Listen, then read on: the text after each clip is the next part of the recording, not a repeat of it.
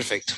Ya no recuerdo quién me consultaba, pero pues igual ya lo vimos porque ya lo nombramos. Pero sí, efectivamente, esas cuñitas que están ahí me indican que hay un metil. Ahora yo lo que tengo que hacer es, bueno, ahí me dicen que ese carbono está para atrás. ¿Sí? ¿Estamos de acuerdo?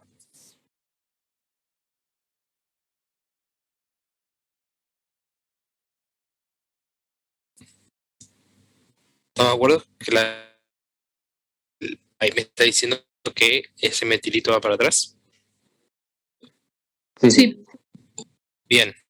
Ahora, sí. Bien, gracias. Sí, gracias por el spoiler, Pablo. Sí, exactamente. Te veo jodiendo. Eso le iba a decir ahora. Identifiquemos el estereocentro. Sería este y este, ¿no? ¿Por qué? Está puesto a propósito todo esto. Porque uno cuando ve una cuña dice, isomería óptica. Listo. RS, tengo que empezar a ver qué carajo es. Pará. Porque para que haya isomería óptica, como bien dijo Pablo ahí recién, necesito que. Para que haya isomería óptica tiene que haber un estereocentro. Para que un carbono califique como estereocentro o chiral, ¿qué tiene que pasar? Tienen que estar unidos a 4 grupos funcionales diferentes. Exactamente. ¿Y acá qué está unida? Está unido a metil, bueno, a toda esta porquería y a hidrógeno. Pero ya está unido a 2 metiles, así que, chao, no hay isomería acá. ¿Está bien? Me indica que ese carbono está para atrás. Bárbaro, te felicito, carbono, pero no me interesa. ¿Y acá? Pasa exactamente lo mismo. Metil, por lo tanto, esto tampoco es un estereocentro. Eso significa que acabamos de terminar de nombrar esta porquería. Lo acabamos de terminar de nombrar. ¿Ok? ¿Es feo? Sí. ¿Es imposible? No. No me tengo que matar y tampoco tengo que. No me tengo que dejar justamente llevar por todas estas cosas que al principio parece que van a generar un montón de dudas y ya estoy pensando, uy, ¿cómo carajo voy a hacer con la estereoisomería? No. Nombren primero, o sea, identifiquemos grupos funcionales primero, identifiquemos qué es lo principal primero y después identifiquemos qué es lo otro que tengo que hablar y lo voy acomodando. O sea, si es necesario, hagamos como hicimos recién. Me hago una listita con los grupos que hay. Mirá, en el carbono 2 tengo esto, en el carbono 4 tengo esto, en el carbono 5 tengo esto. Y una vez que ya ordené todas esas cosas, una vez que los liste, después los ordeno alfabéticamente. Y chao, se me terminó el problema. Nico, a ver, consulta. Cuando la amina está ramificada y se nombra con la N, N. Al nombrar todo el compuesto de la amina primero, o cómo se llama la nomenclatura en ese caso. Eh, por ejemplo, acá, Nico, o en una amina pura.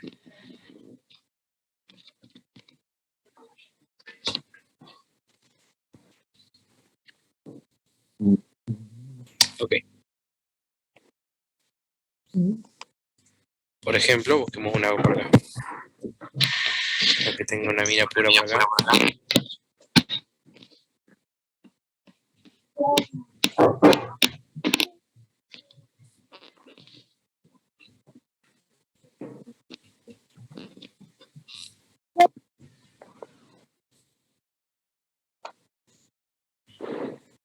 Bien, acá tenemos acá tenemos varias aminas puras y de hecho ya está hecho así de paso. Adelantamos tiempo. Creo que esta sería tu consulta, ¿no? Si va por delante, si es lo primero que pongo.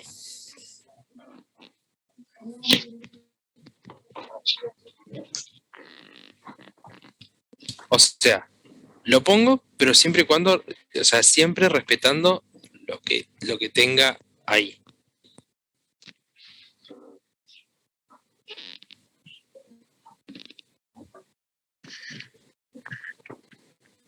Alfabéticamente hablando. ¿Ok? Por ejemplo, miremos este ejemplo. Dice que esto es una cicloexilamina, que en el carbono 2 tiene un metil. Fíjense lo que hace esto.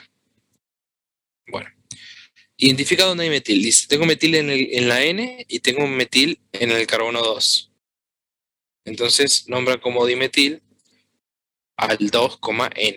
O sea, es como que UPAC dice, está bien, pensá que la N es un carbono más. O sea, nombrarla como si fuera un número de carbono, nada más que en vez de poner un número, le vas a asignar una N.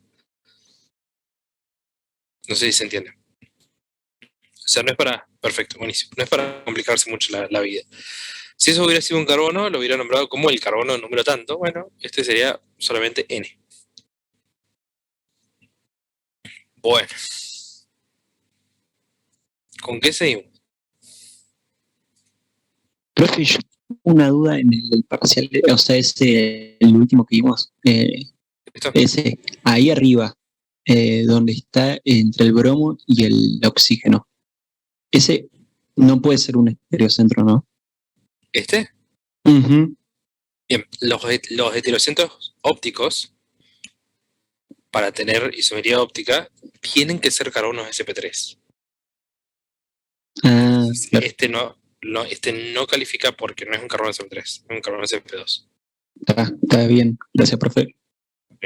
De nada. Profe, yo tengo una duda con qué es lo que llamamos estereocentros. Cada carbono quiral es un estereocentro y aparte cuando tengo estereoisomería cis o trans, ¿es un estereocentro también ahí? Sí. Les, Por, les invito a... Ay, no busqué eso, qué boludo. la A duda ver, viene por un ejercicio que vi un parcial. perfecto. Sí, sé a dónde van. Déjenme un segundo buscar a ver si sigue existiendo esto. Porque estuve buscando el PDF en el que yo les decía que tenía bien explicada esta diferencia, pero bueno, no lo encontré. Y denme porfa un segundito a ver si encuentro el video. Un segundito, porfa.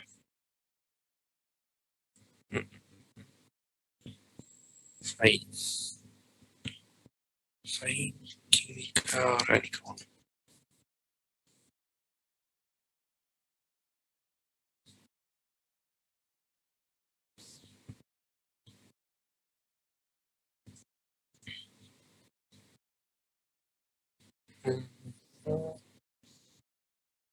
Un segundito.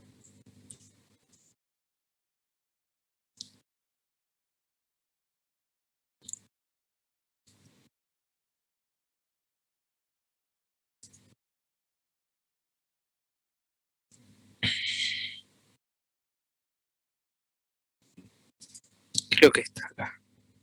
A ver.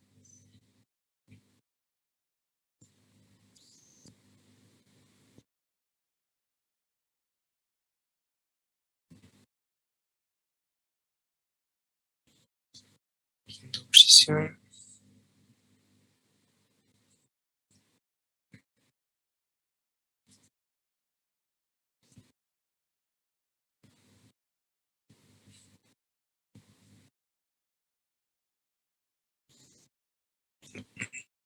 Qué lástima, che. Déjame guardar el tiempo y le vuelvo a hacer el repasito ese. No pasa nada. Entonces, acá está. Cuando uno habla de isomería, ¿sí?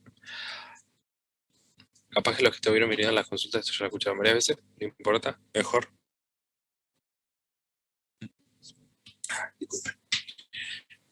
Cuando uno habla de isomería y no dice, no aclara que isomería es un gran grupo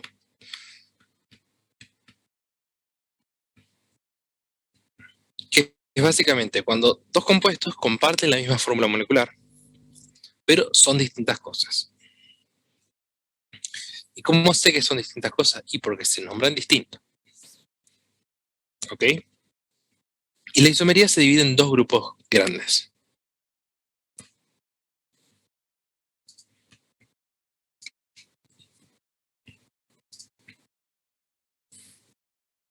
¿Cuáles son estos dos grupos grandes? Los isómeros estructurales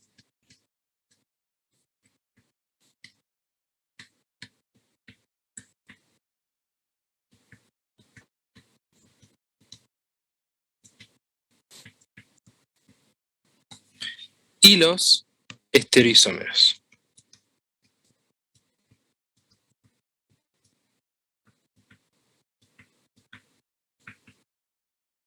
Me cansé de escribir. Estereoisómero. Estereo. Bueno, estereoisómero. Los estructurales están vinculados o relacionados a distintas conexiones. Por ejemplo, lo más fácil es cuando hablamos, por ejemplo, de los de posición, ¿sí? Yo sabía que el carbono 1, 2, 3, 4. Yo sabía que este carbono de acá está unido al cloro, pero por ejemplo, si yo hago esto acá, ¿qué pasó? Que ese carbono de ahí no está más unido al cloro, está unido el otro carbono. Entonces, básicamente lo que pasó acá, en este tipo de isómeros, es que cambian las conexiones, ¿sí? Lo mismo va a pasar con los de función, ¿sí? Por ejemplo, esto y esto, uno solo, y esto cambió la conexión. O sea, este carbono está unido a un OH, pero después el oxígeno pasa a estar en el medio, cambia la conexión. O sea, los átomos están unidos de forma distinta. Con los estereoisómeros, con la estereoisomería, los átomos están unidos de igual manera. O sea, los átomos están unidos de forma idéntica. Igual conexión.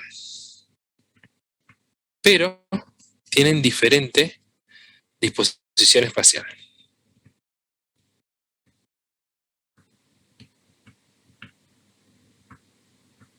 O sea, está conectado de la misma forma. O sea, un carbono está conectado a un cloro, a un hidrógeno, a un OH y a un CH3, pero espacialmente están distribuidos de distintas formas. De los estereoisómeros tenemos dos grupos.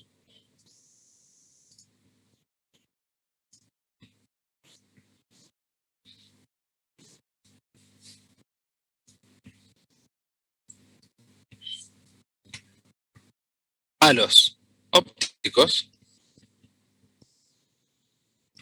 y a los geométricos. ¿Qué tengo que tener para que tenga isómeros ópticos? Tengo que tener un carbono quiral. Mínimo un carbono quiral. ¿Puedo tener más? Sí puedo tener más.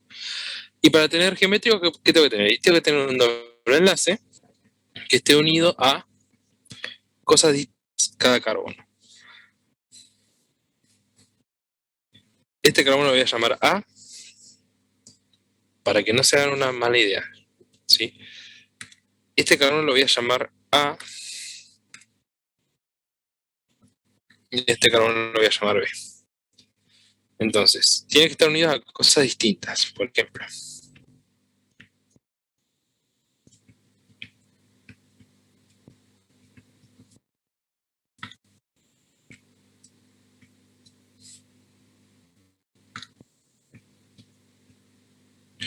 Para que algo califique como que tiene isomería geométrica, cada carbono, o sea, voy a mirar cada carbono, miro el carbono A y me fijo que el carbono A esté unido a dos cosas distintas. Fíjense, yo acá le puse R1 y R2.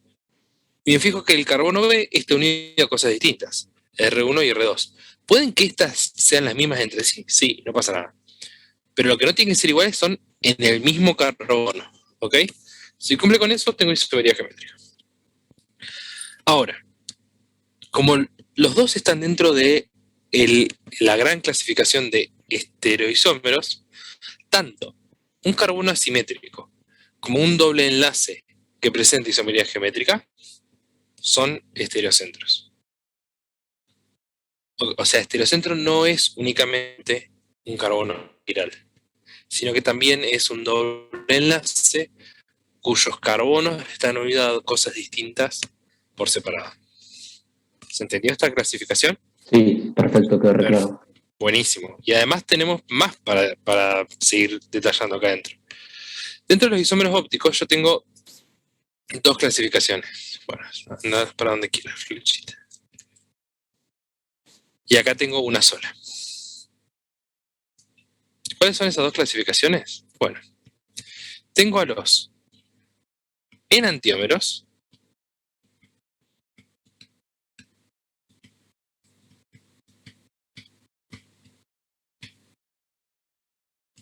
y a los diastereoisómeros.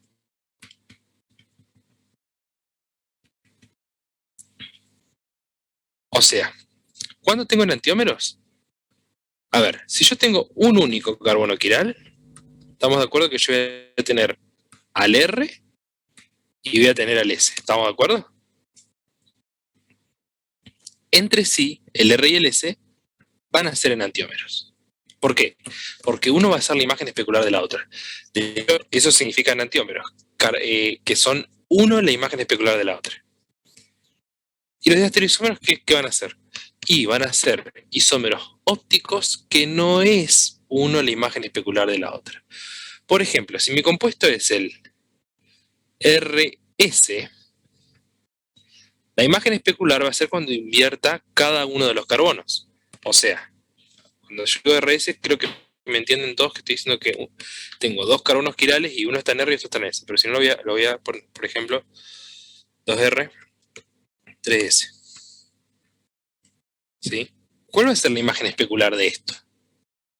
Y la imagen especular de esto va a ser cuando el 2 esté en espejo, o sea que si el 2 estaba en R, ahora va a estar en S, y cuando el 3 también esté en espejo. Si el 3 estaba en S, tiene que estar en R. Estos dos son una imagen especular de la otra, así que son enantiómeros. Pero yo tengo más combinaciones. Por ejemplo, el 2 lo mantengo igual y cambio el 3. 3R. O el 2 lo cambio y mantengo igual el 3. Ahora, dijimos, estos dos entre sí son enantiómeros. Pero cualquiera de estos dos, con cualquiera de estos dos van a ser diastereoisómeros. ¿Por qué? Porque son isómeros ópticos que no son una imagen especular de la otra. Entre estos dos, si se fijan bien, tengo RR y SS, entre estos dos van a ser enantiómeros. Pero con los otros van a ser diastereoisómeros. Y los isómeros geométricos, que me gusta más que le digan E y Z en vez de cis y trans, E y Z, ¿por qué E y Z y no cis y trans? ¿Cis y trans está mal? No. Siempre y cuando lo use cuando lo puedo usar. Ahora vemos cuando lo puedo usar. Pero los isómeros geométricos, es decir, si yo tengo el E, ¿qué es el E del Z? Son entre sí diastereoisómeros también.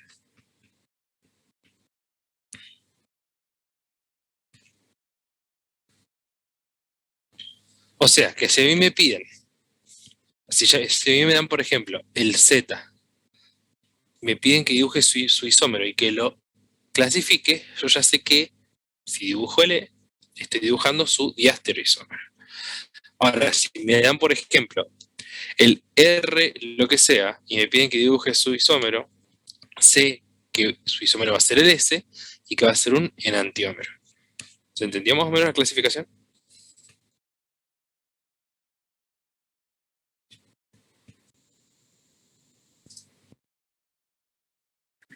Sí, profe. Ok. ¿Y por qué les rompo las pelotas con cis y trans y E y Z? Porque cis y trans lo vamos a utilizar pura y exclusivamente cuando yo esté en esta situación.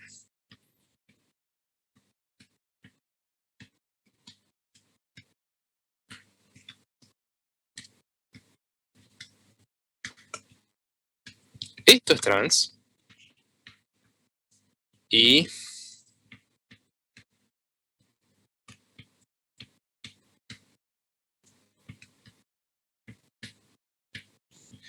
esto es cis. Pero si yo en lugar de tener hidrógeno hubiera tenido acá, ya no es trans. Por más que la configuración me siga dando uno arriba y uno abajo. Profe, y si yo tengo lo que acabas de nombrar vos con el R3, eh, pero me coincide el R3 con el R2, supongamos, ¿puedo usar trans? No. O sea, Yo tengo, por sí, ejemplo, arriba R1 y H y abajo tengo CH3 y CH3. vamos a hacer un ejemplo puntual. Porque Dale, mejor. si no queda muy así nomás. Por ejemplo, este es el trans 2-buteno. Sí. Y este es el cis 2-buteno. Ahora,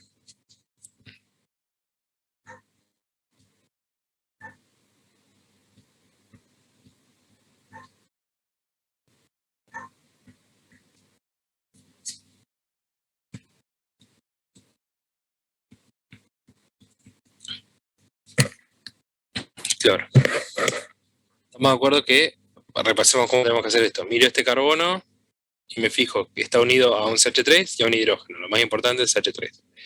Miro este carbono, está unido a un cloro y a un CH3. ¿Qué es más importante? El cloro. ¿Cómo están los dos importantes?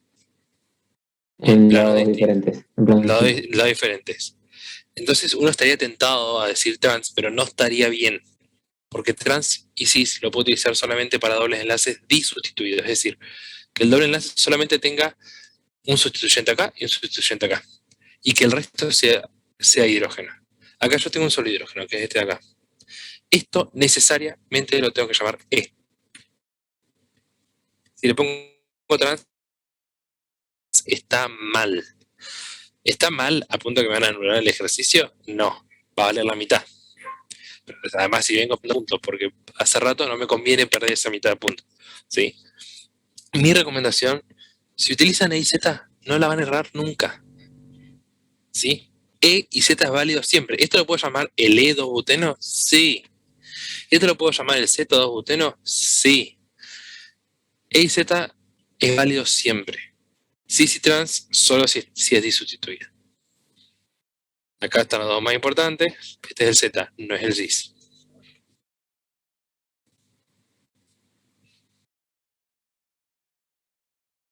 ¿Ok?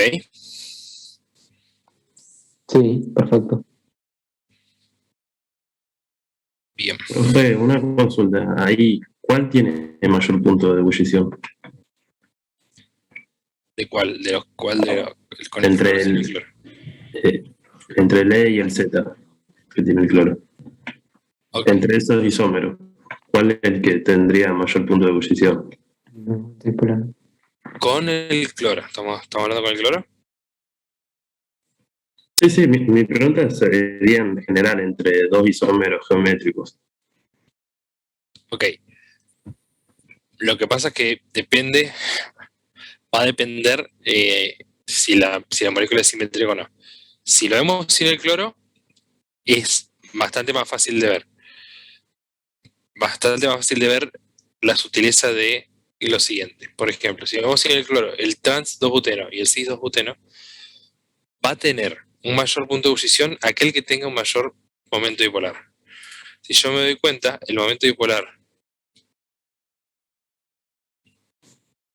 No. ¿Por qué tengo diferencia de momento dipolar en el 2-buteno? ¿Por qué tengo diferencia de momento dipolar acá? Porque los carbonos sp2, en comparación con los carbonos sp3, ¿sí? Recordarán de las primeras clases que la hibridación del carbono sp2 es un lobulito así, mientras que la hibridación del carbono sp3 es mucho más larga. ¿Por qué? Porque tiene 3 orbitales p y tiene 2 orbitales p en la mezcla. Entonces, los sp2 son más cortitos. sp2 y esto es sp3. sp3, segunda vez. ¿Y qué carajo me está diciendo con esto? Bueno, que yo no me tengo que olvidar que los orbitales albergan los electrones, ¿sí? Y los carbonos sp2 están dispuestos de esta forma. Los carbonos sp3, bueno, ya saben que están dispuestos en la forma de tetraedro. Entonces, y esto que está acá, en el centro, es el núcleo del átomo. Los carbonos sp2 tienen los electrones más cerca del núcleo del átomo. Entonces, por naturaleza, ese núcleo de un carbono sp2 se lleva mejor con los electrones porque no le queda otra, porque ya de por sí tiene los bracitos más cortos que el sp3 y tiene los electrones más cerca. Está acostumbrado a tener electrones más cerca, entonces el carbono sp2 es más electronegativo que el carbono sp3 y induce, perdón, una pequeña polaridad hacia donde está él. Entonces lo hace hacia acá y lo hace hacia acá. Si yo sumo estos dos vectores, me da un momento dipolar neto hacia allá. En cambio, si lo hago acá, que también tengo carbono sp2 y carbono sp3, este lo hace en esta dirección, este lo hace en esta dirección, como son iguales en módulo porque los dos son carbono sp3, carbono sp2 y no hay nada más, se cancelan y tiene momento dipolar cero. Ahora, habiendo entendido esto, vamos a ver qué pasa acá. Acá yo tengo el cloro que está tironeando para allá, con un momento dipolar fuertísimo, y después tengo un pequeño momento dipolar hacia acá. Tengo un pequeño momento dipolar, perdón, al revés.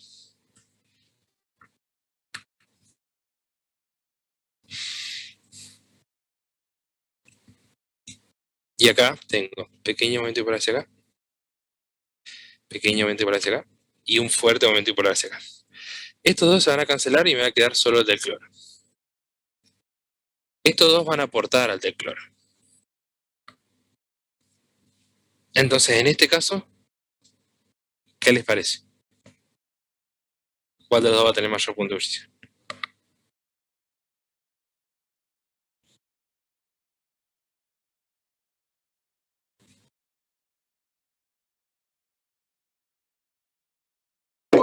¿El que tiene cloro, profe? ¿Cómo? ¿Puede repetir la pregunta? Sí. Voy a cambiar el color.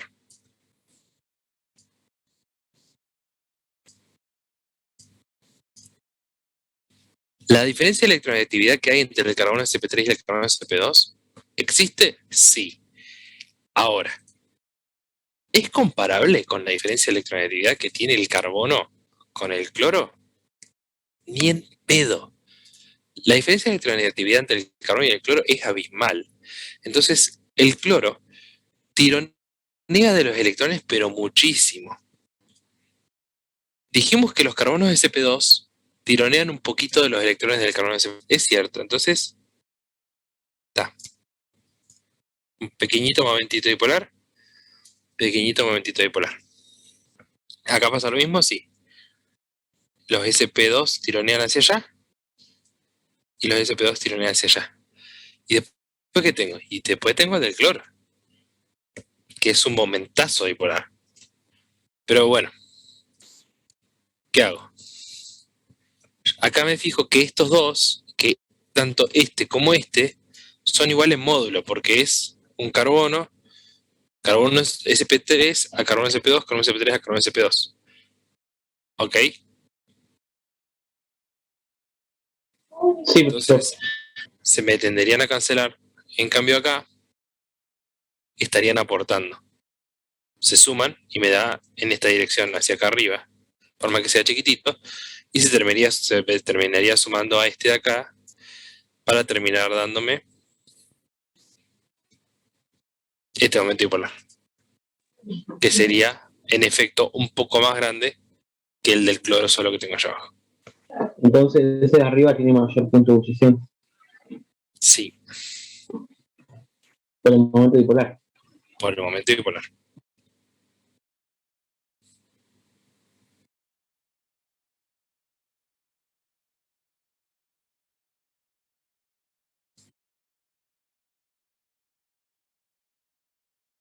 Por eso tengo que ponerme a analizar cada caso. Esta diferencia acá me parece un montón para el parcial, sí. Si llega a aparecer alguno de estos con sutilezas, ¿le va a aparecer como lo del douteno? Probablemente. Profe, entonces tienen mayor punto de ebullición los cis. Bueno, sí, depende, pero en esto que quedó acá escrito. ¿El del cloro? No, en el del cloro no, en esto que está acá escrito. En este de acá, Tendría sí. mayor punto de ebullición el cis. Correcto, porque en trans, en estos que, y guarda, bueno, igual está bien, en el trans en general, siempre y cuando no esté pasando nada raro, siempre y cuando no tenga una diferencia abismal, se me van a cancelar las cosas. Salvo en el caso de lo que estamos viendo recién con el cloro, que ahí sí tiene una diferencia abismal de electronegatividad.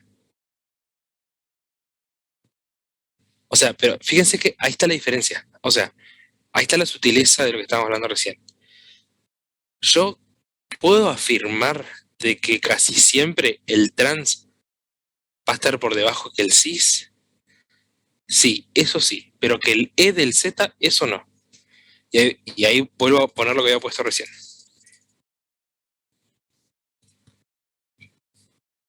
¿Por qué? Claro, ahí depende del momento bipolar. Correcto, pero si es cis y trans, o sea, por ejemplo esto. Este que está acá es trans. Y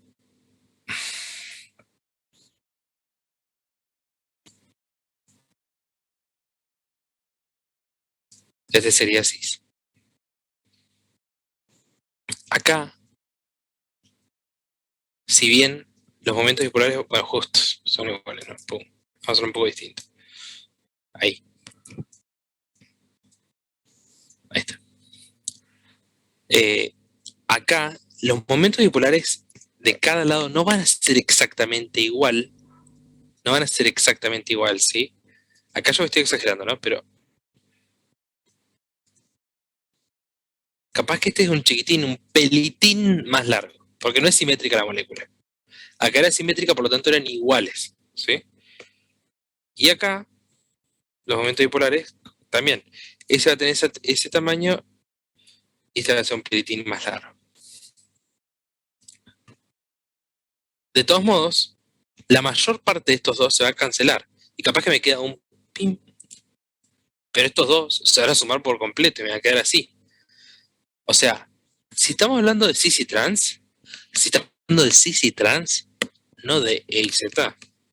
Si estamos hablando de cis y trans, el cis va a tener siempre un punto de ebullición mayor porque no se van a cancelar las componentes de los momentos bipolares, ¿sí?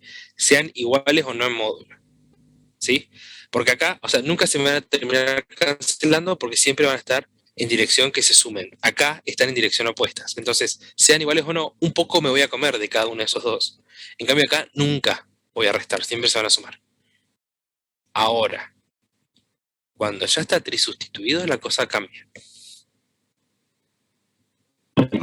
Ahí yo no puedo asumir que Z va a tener mayor punto del E, sino que tengo que analizar. Tengo que analizar. Profe, ¿le puedo mostrar uno que tenía dudas además y es con respecto a esto? Sí, obvio. ¿Querés mandarlo al grupo? ¿O comparto pantalla? Ah, también, sí. A ver si puedo. Sí, ahí creo que sí.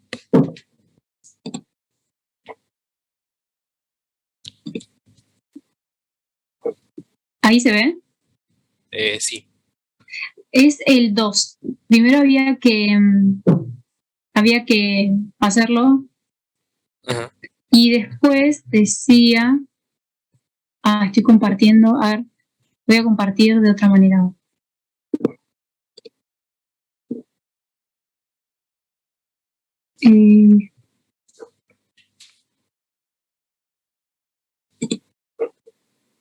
Bueno, no sé compartir de otra manera.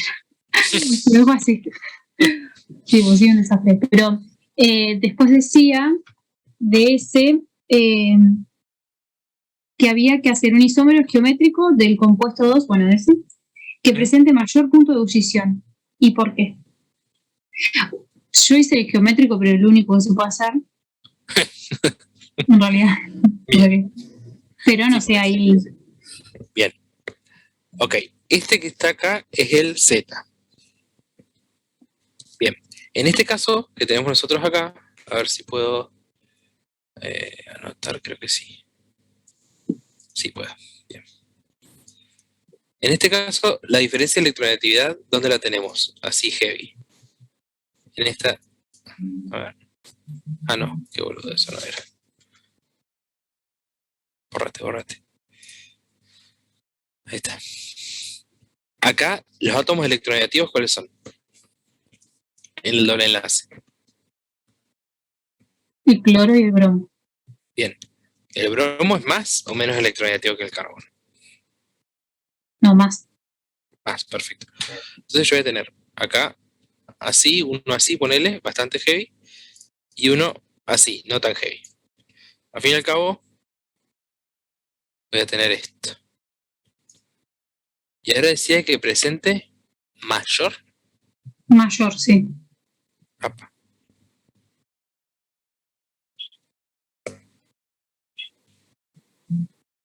Nos cagó. A Porque ver, capaz que me estoy confundiendo, pero. Capaz que lo copié mal. Pero me parece que no, que decía mayor. ¿esto es de un parcial o de un TP? De un parcial. Ah, ok. Si es mayor se nos complica un poco la historia.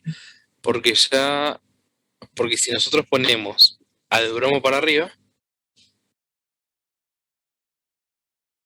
Claro, en realidad se hace más chiquito. se nos cancelaría, o sea, si tenemos el bromo hacia allá, se nos cancelarían un poco los efectos. Claro.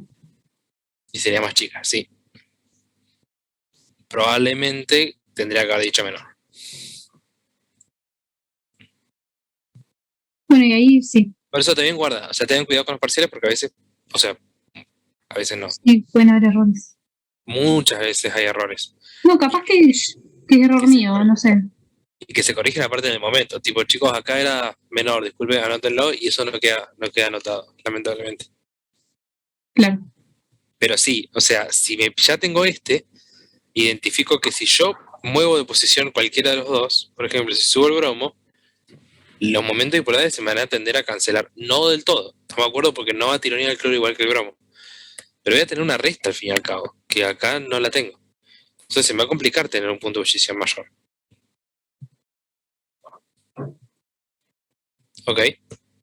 Sí, se va a cortar. Ah, ok. Vamos a entrar entonces. Pero quedó claro. Sí, sí, quedó claro. Igual seguía teniendo dudas con todo esto que hice. Ok, Con el último y el primero. Bueno, ahí cuando Bueno, dice menos de un minuto, pero no se corta más. el minuto más largo de la vida. Sí. A ver, che, se va a cortar. Así que bueno, no gastemos. Volvamos a